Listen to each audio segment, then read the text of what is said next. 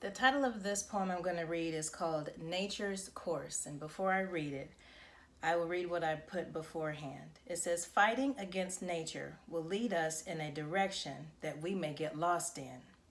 I can speak this truth for myself, as there was a time that I was so lost in my own sin, there was only one name that I could call, God. He heard me every time I called, and I slowly began to hear him.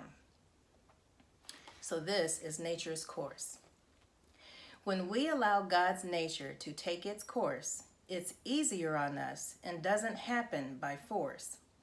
The fear of the Lord is the beginning of knowledge, and by accepting Christ, we begin to acknowledge that we can do nothing by our own energy, but we can do all things through Christ who strengtheneth me. A wise man will hear and will increase learning. A close relationship with God is a natural yearning. It is not natural for us to want to stay simple, with a stagnant mind when each Sunday we go to his temple. The Bible says if you hate knowledge, you're a fool. Read Proverbs 1 verse 22 if you think that sounds cruel. When we refuse to learn and retain the knowledge of God, instead of fearing him, we fear evil and our heads will nod, exposing our weakness and careless way, inviting this fear to set up camp and stay.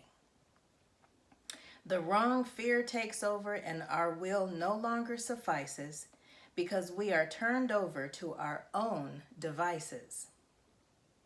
To overcome this fear, we need to submit to Christ the Lord, for all others are counterfeit. If you and I don't go back to the beginning, we'll restart the cycle of fear and sinning.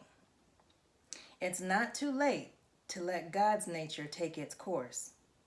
To fear only the Lord will never lead to remorse.